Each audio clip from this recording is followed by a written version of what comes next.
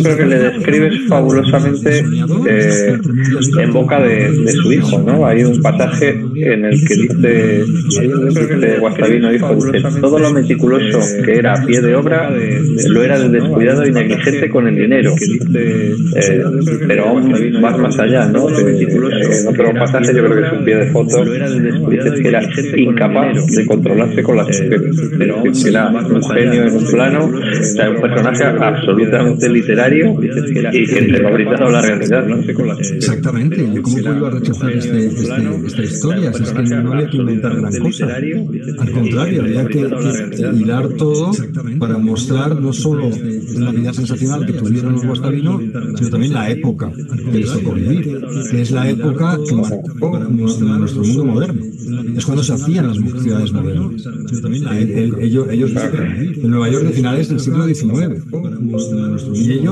Y luego Claro. lo que descubro muy pronto en la investigación es que la historia de Rafael Guastavino, en realidad, hay dos Rafaeles Guastavino. Y los dos son igual de geniales. Claro, los dos se llaman igual, es el padre y el hijo, que durante 60 años manejan una empresa con un volumen de trabajo sensacional en todo Estados Unidos y donde se hace la mejor arquitectura de Estados Unidos en la época. Claro, son dos. Entonces, claro, allí, cuando te metes en las cartas, puedes ver el conflicto que había entre el padre y el hijo. Claro, son dos. Que si bien al principio, cuando el hijo es un niño, adora a su padre, lo tiene mitificado, cuando el hijo se hace arquitecto y empieza a trabajar y acaba siendo casi, digamos, más reconocido que el padre en un momento dado, empieza a ver a su padre con un ojo crítico. Pero ¿cómo es así con las mujeres? ¿Cómo es así con el dinero? Entonces intenta entenderse a sí mismo entendiendo a su padre, y todo el libro es eso. Por eso está contado en primera persona. Y decidí contarlo a través de la voz de Rafaelito Guastavino, que intenta saber, él, el hijo de la criada, primero, por qué su madre la abandonó, y segundo, quién es realmente su padre. Y vamos aprendiendo, siendo el padre a través del hijo. ¿Quién es realmente su padre? De hecho, utilizas una estructura muy curiosa literariamente, ¿no? Porque arrancas, como decía, en los años 80, en ese momento realmente en que está en su peor momento Guastavino padre, pero habla el hijo. Y vemos cómo se va a apoyar en el hijo y cómo el hijo prácticamente va a convertirse en un lazarillo en ese mundo nuevo que es Estados Unidos, y que casi sin pretenderlo le acaba formando, bueno, incluso en algún pasaje vemos que le busca, ¿no? Quiere que aprenda inglés para que sea su voz. Es decir, que ahí hay una simbiosis fabulosa en la que el padre era un genio, pero probablemente es el hijo que aprende, incluso dice que su mayor dificultad fue aprender el slang, es decir, llega a comunicarse con todos los obreros, aprende un inglés sin acento que le permite llegar a comunicar completamente cualquier matiz de lo que necesita el padre. Es decir, que buena parte del éxito del padre en aquel momento es por esa unión con el hijo en un momento clave, ¿no? Porque prácticamente estaban pasando hambre hasta que consigue entrar de dibujante en una revista, algo tremendo, pero que en ese sentido el hijo es fundamental, ¿no? Pero tú lo has dicho, Javier, y eso es lo que a mí me ha interesado más de esta historia. Es contar esa relación intensísima entre un padre y un hijo. Esto es una historia de padre e hijo, de cómo se quieren, pero se quieren mucho los dos, es recíproco, pero también cómo a un momento dado surge un conflicto entre ellos. ¿Por qué? Porque comparten el mismo espacio, el mismo trabajo. La vida del hijo es el padre a un momento dado. El hijo se pregunta, ¿cuál es mi vida? El padre hace de ese hijo, se concentra en él y hace de ese hijo una prolongación de sí mismo. Primero lo mete a aprender inglés, porque el padre sabe perfectamente que nunca va a aprender inglés. Una cosa que no tenía Rafael Guastavino padre era el don de los idiomas. Entonces, eso en Estados Unidos era difícil. Entonces, cuando el niño habla inglés, lo saca del colegio, el niño tiene 12 años, y quien acompaña al padre a las reuniones con los grandes arquitectos de la época, con los funcionarios de urbanismo del Ayuntamiento de Nueva York, con los constructores y con la gente del gremio, es el niño. El niño es el que habla.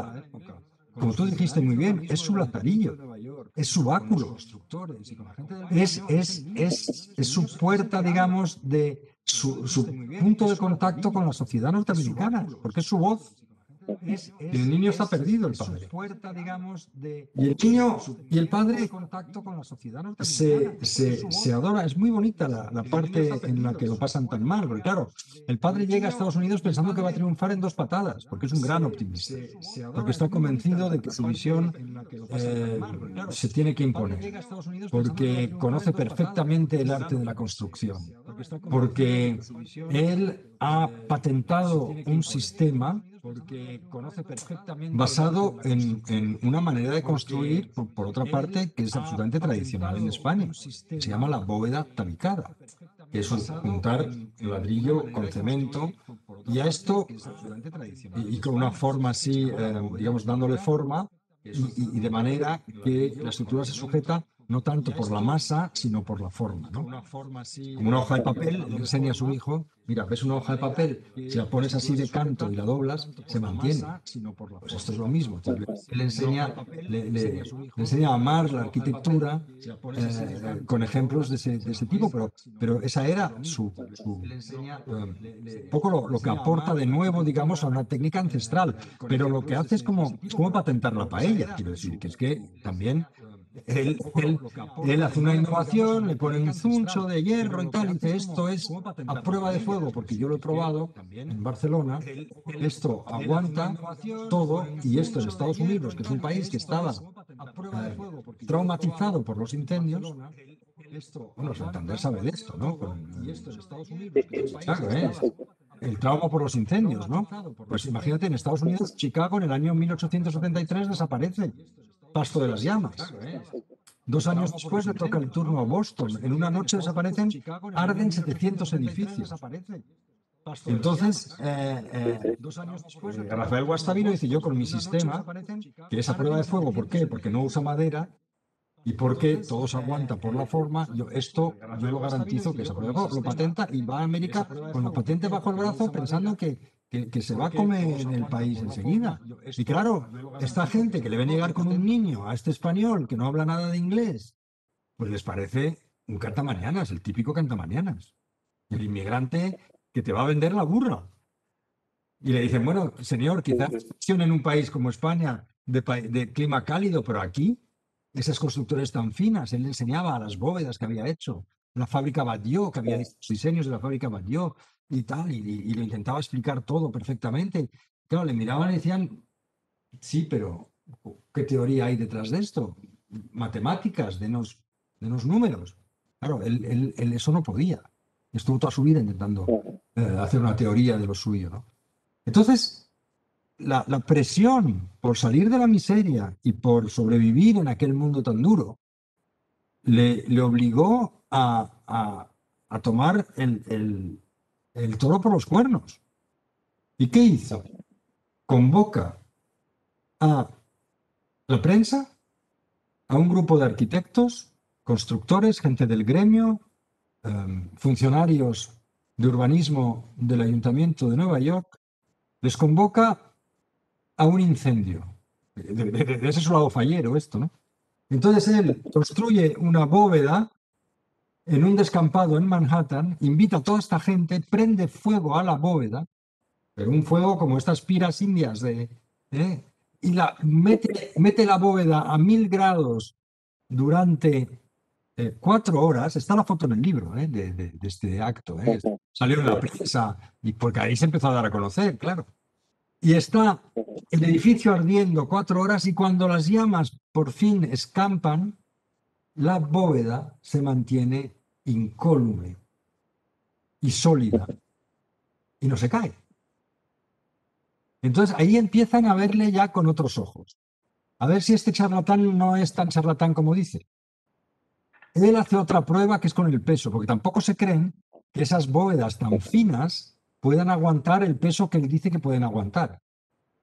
Solo con ladrillo y cemento. Así, y puestos en una forma de bóveda. Esa es la prueba, lo que nos enseñas ahí es la prueba del peso. Le mete 4 toneladas, le mete 4 toneladas a esa bóveda que hay abajo. Y que por supuesto no cede la bóveda, porque él sabe que esto no cede. Entonces, en base a estas pruebas que hace en público, en la calle, delante de todo el mundo, para demostrar que lo que él dice funciona, es cuando empiezan a hacerle caso. Entonces empiezan a verle. Es curioso porque la frontera es muy fina entre ser un charlatán, un loco, un cantamañanas, un vendeburras, a ser un genio. De repente, es el genio español. Hay un genio aquí. Lo sé porque las cartas de uno de sus primeros socios hablaba de un encuentro cuando le está buscando un contable, porque lo del dinero era tremendo con él, y dice, hay un genio, tenemos aquí un genio que ha venido de España, y claro, tiene un problema que es que necesita a alguien que le lleve las cuentas bien. ¿Ven? No es un trabajo fácil porque este señor tiene su carácter. Decía en la carta, ¿no? Y tanto carácter tenía, porque tenía un desorden tremendo. ¿No? No es un trabajo fácil, es para alguien que tenga su experiencia y que le guste mucho este tipo. Pero el tipo os aseguro que es un genio. Entonces, claro, así es como consigue un encargo que va a cambiar ya su carrera, que es la Biblioteca de Boston. La Biblioteca de Boston era en la época el empeño de un grupo de ricos bostonianos, los patronos, que querían hacer de Boston la capital intelectual de los Estados Unidos, y lo consiguieron. ¿Eh? Y para ello decidieron construir una biblioteca a la altura de las grandes bibliotecas europeas, como esta está inspirada en la Saint-Geneviève en París, un pedazo de biblioteca. Y claro, les daba mucho miedo el fuego porque esa biblioteca iba a albergar incunables de altísimo valor, ediciones raras, pergaminos, objetos que si se desaparecen, pues es una pérdida del patrimonio tremendo. Entonces hacen una investigación y al final, ¿quién gana ese concurso? Que no era ni un concurso, era lo que él produce. Lo gana Rafael Guastavino. Les convence tanto que le ofrecen a él ese primer trabajo. Y además él no sabe ni cómo presupuestarlo, porque tampoco hay, ni saben cómo pagarle, porque no hay competencia, no hay nadie que construya así en Estados Unidos, en la época, en la costa este, nadie. Pues también es el único. Entonces, a la hora de hacer los presupuestos, pues bueno, se deja llevar por uno y por otro, pero tampoco saben cómo pagarle, ¿no? Es todo nuevo, todo es nuevo. Y él hace esa biblioteca de Boston y durante la construcción hay un pequeño accidente. Se cae una piedra enorme sobre una de las bóvedas y no destroza toda la bóveda, solo hace un agujero muy limpio en la bóveda. Y eso harán fotos, de las primeras fotos que se hacían, harán fotos y será su material propagandístico. Mire nuestra bóveda, aquí ha caído una piedra y no se ha destrozado la bóveda. Solo la parte por donde se ha hundido, ¿no? Y todo esto Rafaelito lo vive desde Nueva York, donde está estudiando, donde él, después de las clases del colegio, se va a la biblioteca del barrio y pide la sección de construcción, de arquitectura, y el niño se hace un experto al ver a su padre y estudiando mucho, y un experto que quiere ir más allá de lo que fue su padre, que es muy lógico también, ¿eh? El padre crea algo nuevo, algo novedoso, y el hijo quiere ir un paso más allá. Y bueno, pues es esta relación que les llevará a hacer cosas absolutamente sensacionales, que se pueden ver todavía, que están de hecho, vuelven a estar de moda. Porque mira, os voy a enseñar aquí, esto es una guía de Guastavino, A Guide to New York, to Guastavino's New York City.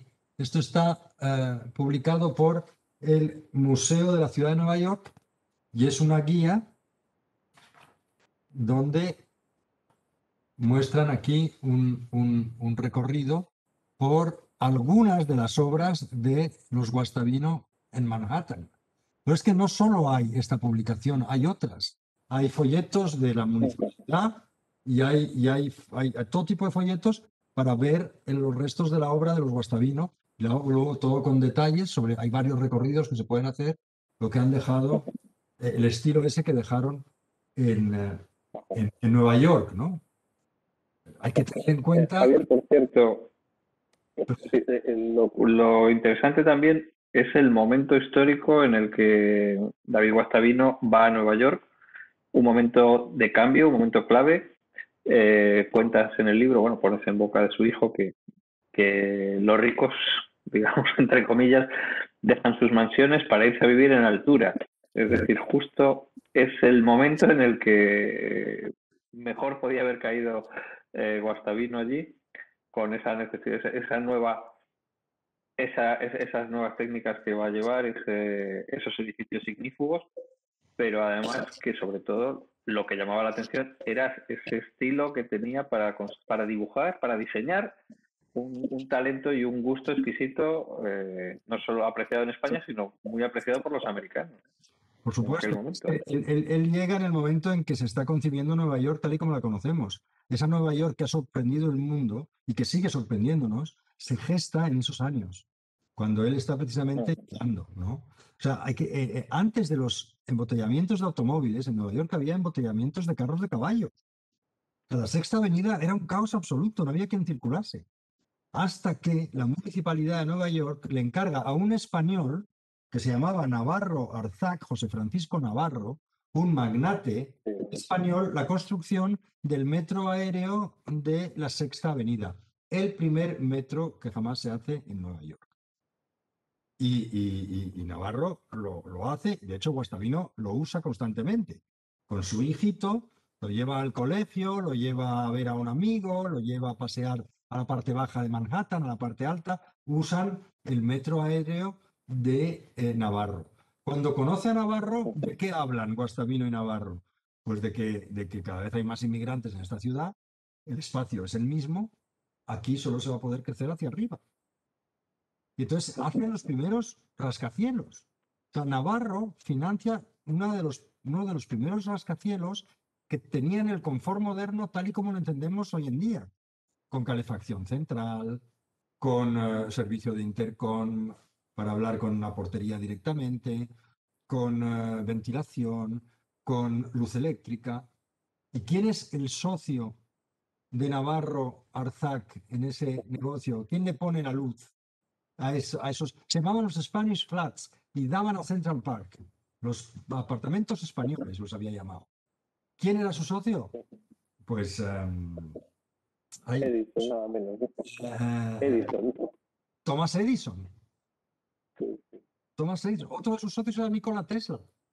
O sea, Guastavino de repente se encuentra, gracias a esos españoles que formaban un círculo de hombres de negocio muy, muy influyentes en Manhattan, se encuentra que hay una plataforma muy útil. Porque gracias a Navarro, Guastavino va a conocer a los Vanderbilt, va a conocer a los Mellon, va a conocer a las grandes familias americanas, va a abrirse al mundo, pero siempre sin poder hablar, siempre con su niño, que es el que habla. Eso es lo que es el valenciano hasta el final, y invitando a los domingos a una paella a sus pocos amigos americanos que se hizo. Se hizo pocos, pero se hizo muy buenos. Porque Stanford White, que era un gran arquitecto de la firma McKim, Med and White, que hacían toda la grandísima obra pública que se hacía en Estados Unidos, y que se hizo íntimo de Stanford White, que era un tipo sensacional también, y que le hizo muchos encargos a Guastavino, claro. Estos grandes arquitectos hacían sus planos, por ejemplo, le encargaron Pennsylvania Station, y entonces dejaban en blanco una parte enorme del plano y decían aquí un Guastavino, y se despreocupaban. Entonces le pasaban esto a la oficina de Guastavino, y Guastavino era la parte difícil, porque era la parte siempre del forjado, la parte de las cúpulas, y lo que daba el estilo al edificio. Lo hacía Guastavino. Pero así colaboró con varios talleres de arquitectura. Y entonces, entre ellos, sí se hizo amigos buenos. Decía, es muy difícil en América tener amigos buenos porque hay intereses, es una sociedad de intereses comunes, pero más allá de eso, cuando te haces un amigo bueno, es realmente un amigo. ¿Por qué? Porque todos han compartido la dureza de vivir en esa sociedad, y sobre todo vivir en aquella época, porque él conoce varias ruinas. Las precursoras de las crisis del 29, que hubo varias. Una de ellas fue la del 93, que le pilla con un negocio. Él quería ser también un magnate. Él no tenía límite en su ensoñación. Yo soy muy bueno, ya él se iba. Y yo, pues yo también quiero ser como Navarro. Y compra unos solares y empieza a edificar esos solares. Y esos solares están en lo que hoy sería Upper West Side, o sea, la mejor parte de Manhattan, ¿no? Y resulta que le estafan, que esos solares que compró no son de él, que las escrituras estaban todas falsificadas. Claro, él está en un mundo de gángsteres, como era aquella sociedad, donde todavía la ley no imperaba como imperaría después, ¿no?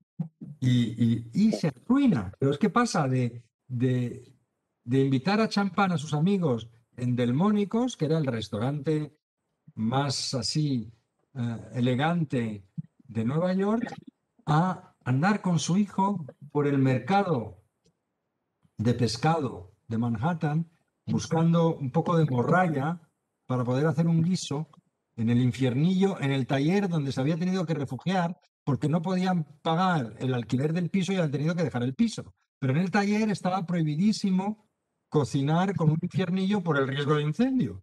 Pero claro, eso él tenía que cocinar como fuese, ¿no? Y allí estaba haciéndose una paellita, un arroz con morralla, él y su hijo. Y lo que es maravilloso de él es que jamás, jamás, jamás perdió el buen humor. Jamás su hijo siempre en sus cartas, lo que ha dejado escrito el hijo, eso queda reflejado. Mi padre siempre, siempre, siempre estaba optimista. Estaba en lo peor de la crisis, él sabía que eso acabaría. Él sabía que acabaría de salir de la crisis, que se está abajo como se está arriba. Y esa especie de montaña rusa, Guastavino padre lo tenía asimilado, pero el hijo aprende que la vida es así, que no está siempre en la Y crisis. por cierto, Javier, hay un pasaje curiosísimo, yo creo que está casi al principio del libro, en el que hablas de antes hablabas de los amigos, ¿no? Y de los españoles, pero él comienza moviéndose en un círculo de catalanes y dice, creo que se llama Cuyás, Sí. dice que es un personaje que está empeñado en poner una estatua a Cervantes en Central Park. Y dice el tío, dice, voy a demostrar que mi catalanismo no está reñido con mi españolismo. Oye, qué época, ¿no? Visto desde hoy día, eso es absolutamente chocante, ¿no? Parece que hemos ido hacia atrás, parece que hemos ido como los cangrejos, en vez de ir hacia adelante, ¿eh? Porque es verdad que Cuyás, fíjate si estaba loco Cuyás, loco en el buen sentido de la palabra. Arturo Cuyás era un empresario catalán de bastante éxito que vivía en Nueva York y él montó la única revista en catalán que se publicaba en Estados Unidos, que se llamaba La Llumanera. Y lo que es increíble es que consiguió publicar creo que 75 números de una revista en catalán. O sea, fíjate, Nueva York ya era una ciudad enorme. Ya era la ciudad, para que existiese en Nueva York una revista solo en catalán, es que había que... Y sin embargo, Cuyás, que hace esta revista y le da trabajo también a Guastavino, le encarga viñetas y le encarga dibujos, Cuyás también lucha por que se haga la estatua de Cervantes en Central Park para reivindicar pues, lo español. Es que todavía España no había perdido Cuba, estaban a punto de perderlo. Todavía quedaba ese resquicio de lo que la monarquía católica española había sido, ¿no? Y pues este nacionalismo o patriotismo, si se puede hablar, estaba muy marcado en todos los que vivían en un país anglosajón. Es que el Navarro, el propio Navarro, el magnate que se casó con una norteamericana, jamás quiso adoptar la nacionalidad norteamericana, fue español hasta el final. Y toda su vida, eso lo dice, tengo aquí el libro de Navarro que escribieron algunos de sus herederos. eh, Navarro siempre decía al final de su vida que él añoraba lo español. Y de hecho se iban al centro español de la calle 14 para probar algún guiso, para tener un contacto con algo que le recordase la patria. Y estamos hablando de un magnate que se codeaba con los Vanderbilt, que pagaba las tournés de Pau Casals o de Sarasate. Estamos hablando Pues ese señor compartía con Guastavino y con los demás, con Cuyás, con Domingo Mora, con todo el grupo de artistas y empresarios y los grandes hombres españoles que contribuyeron a hacer Nueva York, compartían esa añoranza de la tierra, la tenían muy, muy fuerte, muy, muy dentro. Y eso Guastavino es un punto fundamental de su carácter. Sin embargo, hay una mención que hace cuando se va su esposa, en apariencia legítima, se lleva a las hijas, a las medio hermanas de Guastavino Jr., se las lleva de vuelta a Barcelona. El padre lanza un ataque furibundo contra España, que está en crisis y que no se va a llevar a su hijo para que se lo lleven a filas y acabe como carne de cañón en Marruecos o en Cuba. Es decir, que lo de España en crisis no es nuevo, ¿no? Parece que España lleva en crisis casi desde que se inventó, ¿no? Y a finales del 19 las crisis fueron tremendas. De hecho, él en Barcelona estaba frustrado. Cuando Rafael Guastavino en Barcelona construye la fábrica de Batlló con 24 años de edad. Nadie entiende cómo le confían a un arquitecto de 24 años de edad, recién salido de la Escuela de Maestros de Obra de Barcelona, la responsabilidad de la construcción de una fábrica enorme que se convierte en un modelo de arquitectura fabril que luego se imita en el resto de Cataluña, en el resto de España y en Europa. Y que se puede visitar hoy en día, ya está dividida, pero está ahí, ¿no? Y donde no va mezclando hierro forjado, ladrillo, bueno, pues todo lo que luego va a dar a conocer, ¿no? Y claro, él, después de esto, los demás encargos que le hacen, porque hay una crisis económica bestial en los años 60, 70 del siglo XIX, pues ya son encargos pequeños, son pequeñas fábricas, son villas, hacen muchas villas, muchos palacetes del Paseo de Gracia, es ahí que entra en contacto con los indianos ricos que le dicen que el futuro está en Nueva York, por eso él va a Nueva York cuando la crisis, y no se va a Cuba o se va a México. Él sabe, él ha oído a estos indianos ricos lo que está pasando en Estados Unidos, ¿no? Y entonces él está esperando ahí que él quiere hacer proyectos públicos, él quiere dejar su huella. Él quiere, él le gusta la arquitectura, le gusta la construcción porque es una manera de dejar algo sólido en la vida. Porque es lo contrario de las marismas de la vida que te llevan y tal. La arquitectura te permite dejar algo para la posteridad. Él eso, ¿dónde lo percibe?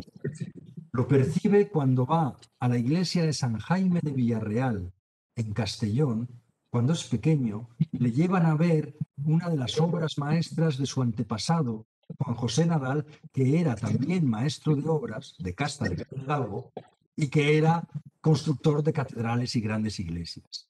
Y él, en esa cúpula absolutamente maravillosa de esa iglesia, que es un bombón de iglesia, una joya, tiene su primera experiencia, se puede decir mística o epifanía. Él le da la impresión de que los edificios están vivos, de que es algo vivo, de que son como las personas. Y entonces él desarrolla toda una serie de poesía medio ciencia sobre esa relación suya con los edificios. Y ahí es cuando se afirma su vocación. Él quiere dejar algo duradero. Y de hecho, cuando se trata de construir la cripta y su última morada, él tiene esta discusión con su hijo también, muchos años después. El hijo le dice, pero ¿para qué vas a gastarte tantísimo dinero en montar una iglesia, una catedral, no una iglesia, que pagó él al final de su vida? Que al final de su vida era millonario, por supuesto. ¿Cómo vas a gastar esto? Hacer algo de piedra o ponerte la cripta ahí. Y dice, pero bueno, si eso es mejor de las inversiones. Esta sí que tengo toda la eternidad para amortizarla, ¿no? Construye al final de su vida, inspirándose de la iglesia de San Jaume de Villarreal y de las otras de Valencia, construye una catedral en la ciudad de Asheville y la dona al pueblo. Hoy es la catedral de Asheville. Y es una belleza de construcción también, ¿no? Un personaje único en todos los sentidos. Un personaje que es irrepetible, que si te lo inventas no te sale. No te sale. Porque yo creo en ese viejo tópico que la realidad siempre es más fuerte que cualquier ficción. Y es que es verdad. Todo lo que yo me inventé de Guastavino, luego las cartas o la documentación me demostraban que era todavía más fuerte, todavía más intenso. Bien, Javier Moro, tú has trabajado mucho con Dominique Lapierre y con las Collins en aquella época en la que la documentación para sus libros todos ellos casi rigurosamente históricos, y la pregunta es cómo ha evolucionado el trabajo de un documentalista para una novela o para una película de aquella época de los años 50, 60 del pasado siglo al trabajo que tú has hecho, por ejemplo, para este libro de A Prueba de Fuego. Pues eso me lo pregunto muchas veces. Es como la gente que se acostumbra a escribir en un ordenador y ya no se acuerda de cómo yo mis primeros libros no había ordenador tampoco. Era con la máquina de escribir y luego tachando y luego con el pegamento y con el Tipex y poniendo por encima y revisando y de vez en cuando contratando una mecanógrafa para que te pudiese todo eso a limpio. Con la documentación era lo mismo. Yo recuerdo haber documentado para el libro El Quinto Jinete, me contrataron Dominique Lapierre y su socio y amigo Larry Collins, como uno de tantos que contrataban. Pues uno más, porque no vamos a contratar al sobrino que acaba de terminar la carrera, ¿no? Pues que trabaje un poco. Y entonces me mandan a Nueva York y yo ya iba a la biblioteca, esa maravillosa biblioteca donde he hecho muchas investigaciones después, pero claro, era todo manual. Había que encargar las fotocopias, tardaban una semana. No podías hacer fotos con el móvil de las páginas. O había un procedimiento muy complicado para poner monedas en aquellas máquinas y te salía carísimo. Yo recuerdo que para Pasión India, y eso que hice la investigación en el 2003, todavía no existía lo de las fotos en el móvil y todo eso. Yo tuve que gastarme un dineral en fotocopiar todo el material de la British Library que conseguí sobre la familia de Capurtala, ¿no? Sobre el Marajá de Capurtala. O sea, era mucho más laborioso. No tenías información a punta de clic. Eso no existía, por supuesto. Entonces todo era libresco. Era muy bonito también, pero yo pasaba horas, jornadas, temporadas enteras, todos los días, desde que abría la biblioteca hasta que cerraba, hurgando, y hurgando, y hurgando, y hurgando. Yo sigo creyendo que el mejor material se obtiene así. Es verdad que hay mucho en Internet, es verdad que hay mucho, pero no está todo. No está todo. Y al final, cada libro mío me ha llevado a tener que pasar días de biblioteca, ya sea a flor de piel, cualquiera de mis libros, he tenido que pasar horas de biblioteca porque ahí es donde acabas encontrando lo que no está circulando por ahí. Tú no quieres repetir y contar lo que otros han contado. Tú buscas material nuevo. Tú buscas, por eso, si yo no llego a encontrarme con las cartas de la familia Guastavino, no hubiera escrito este libro. Probablemente no. Javier, si me permites una doble pregunta, un poco fuera ya de lo que es esta novela, A Prueba de Fuego, que está siendo un éxito impresionante. Tú lo sabes muy bien, que se está vendiendo estupendamente y que ha tenido una gran acogida. La pregunta es una en relación con esta polémica que se ha desatado en España en estos días sobre este proyecto de ley que unos llaman la nueva censura, que otros la lucha contra las noticias falsas. ¿Cuál es tu opinión sobre este proyecto de intentar desmentir las noticias falsas o controlar la información de alguna manera? Es que ahí estamos en una línea muy fina, Manuel Ángel. Ahí es que todo lo que tenga que ver con el control de las noticias entra en el terreno de la censura. Pero es verdad que tampoco se puede permitir que las noticias falsas, como los bots y con la informática se vayan multiplicando hasta arrastrar y hacer corrientes de opinión, que es lo que pasó en las elecciones del 2016. Yo no sé si Trump hubiera ganado en el 2016 sin todo este tinglao de Facebook y las noticias falsas. Si leéis cómo las hacen, hay gente dedicada 24 horas al día ahí en Rusia, en China y tal, a sabotear las líneas de información que las redes sociales publican. Y la gente se lo cree. Pero es que es muy fácil. Yo mismo me creo muchas cosas que son falsas. Y luego me digo, ¿pero cómo puedo creerme esto? De repente que el COVID no se coge en las superficies. Y tal, y porque el doctor fulanito dice, es todo mentira, pero en ese momento te lo crees. Y claro, eso es muy tóxico. Es muy, muy tóxico. Y es un ataque directo a la democracia. Lo que pasa es que para atacar eso tienes que usar armas también que cohíben la libre expresión. Y que pueden ser utilizadas depende de por quién. Es que ahí estamos siempre en lo mismo, ¿no? Es una mala solución, tiene eso, diría yo. Una mala solución. Javier, sí. Sí,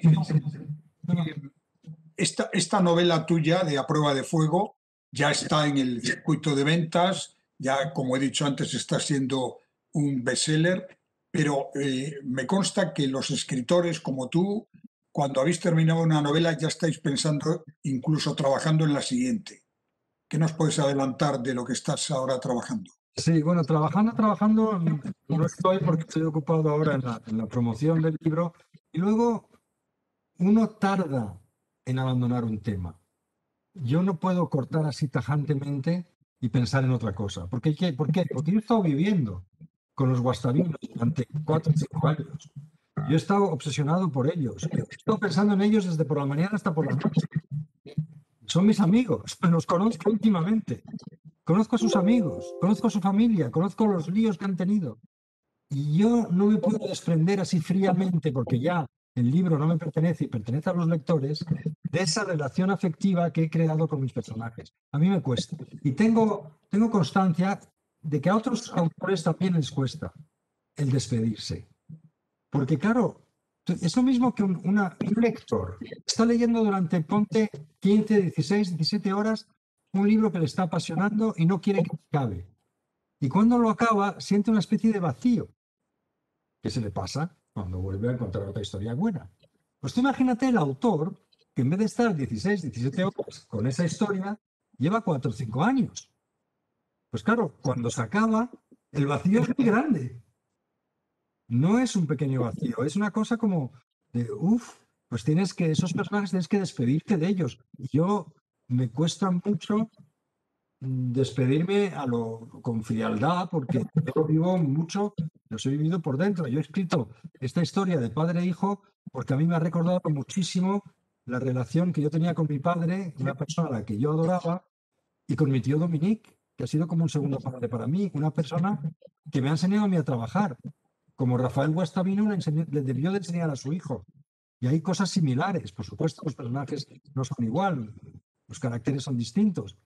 Pero había algo de esta relación padre-hijo que era profundamente mío. Que por eso yo he hecho un ejercicio literario al contar esta historia, que no es realmente una biografía, es una novela que cuenta la vida de estos dos, pero hay mucho personal, ¿no? Y a mí me cuesta. Entonces, es verdad que todavía no estoy de lleno en otro, pero sí estoy viendo un tema que sí me gustaría mucho contar, que es los portugueses en la India. La conquista del este. Todos conocemos la conquista del oeste, nosotros los españoles, el descubrimiento de América, pero ¿qué sabemos del descubrimiento de los portugueses de Occidente, de Oriente? Porque eso no fue un choque parecido, eso fue distinto. Pues ese encuentro es el que me gustaría novelar, en una novela épica que pueda contar esa. Y bueno, pues en cuanto me consiga despedir de los Guastavino, me meteré en este próximo proyecto. Muy bien. Javier Menéndez de Mazares, ¿tienes alguna pregunta más?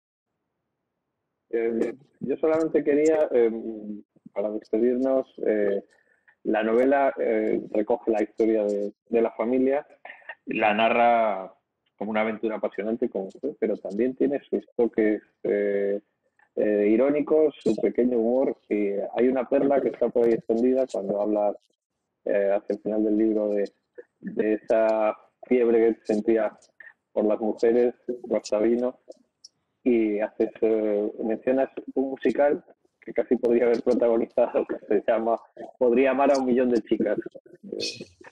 Has guardado un poquito de humor, ¿no? Para que la lectura sea, aparte de apasionante, también sea un deleite, ¿no? Para los con un personaje así, tenía que haber humor con un personaje así. Que le gustaban tanto las faldas que, estando ya casado con la mujer de su vida, de la que quería mucho y tal, un día su mujer le pilla una nota, y esta escena es absolutamente real, lo que voy a contar. ¿Eh? Y entonces le pilla una nota y ve que tiene una cita con una secretaria de un estudio de arquitectura en el Hotel Waldorf Astoria, recién estrenado en Nueva York, tal día. Entonces la mujer, que es una mexicana con un carácter muy, muy fuerte, porque si no, no hubiera podido contarle, le sigue y llega a Nueva York, y entonces él está con esta secretaria intentando ligársela. Como tocaba el violín, además, pues para él era muy seductor con el violín todo. Caballero español, rico, tocando el violín, pues bueno, sus armas de seducción estaban ahí. Entonces se los encuentra, mujer, la mexicana, a Rafael Guastavino y a esta secretaria tomándose una copa en un bar del Hotel Waldorf. Y entonces se vuelve loca de rabia, va hacia la pobre chica esta, le arranca, pues la coge del pelo, la llama zorra, robamaridos, le hace una escena terrible, pero estas pasionales mexicanas a tope. Él se achanta y la otra arranca, de repente se oye un grito gutural, y es que ha arrancado un mechón de pelo de cuajo de la pobre chica, de la amante, vamos, sí, tenía un lío con ella, ¿no? Esto te enseñará a robar maridos. Y resulta que ese mechón de pelo está en un sobre y circula, está en los documentos de la familia. Y todos en la familia conocen la anécdota del mechón de pelo, que fue la última infidelidad de Rafael Guastavino. Hubo muchas en su vida, esta última acabó de manera absolutamente grandiosa. No, un personaje muy divertido también, porque era toda una mezcla, era grandeza y vamos, y lo contrario. ¿no?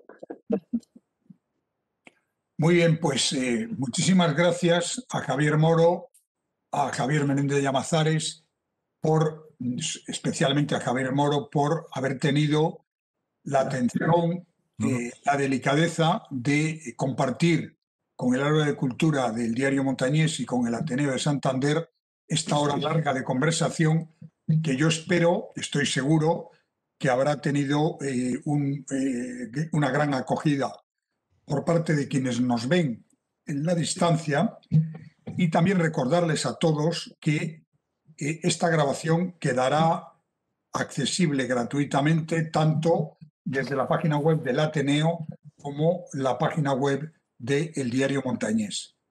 Javier Moro, muchísimas gracias. Gracias a vosotros. Y después esperamos que para tu próxima novela, esta de los portugueses en Oriente, puedas venir personalmente al Salón de Actos del Ateneo para presentar tu nuevo libro. Eso espero yo. Por supuesto que A Prueba de Fuego se siga vendiendo y leyendo y disfrutando, porque realmente es un libro para disfrutar y para aprender.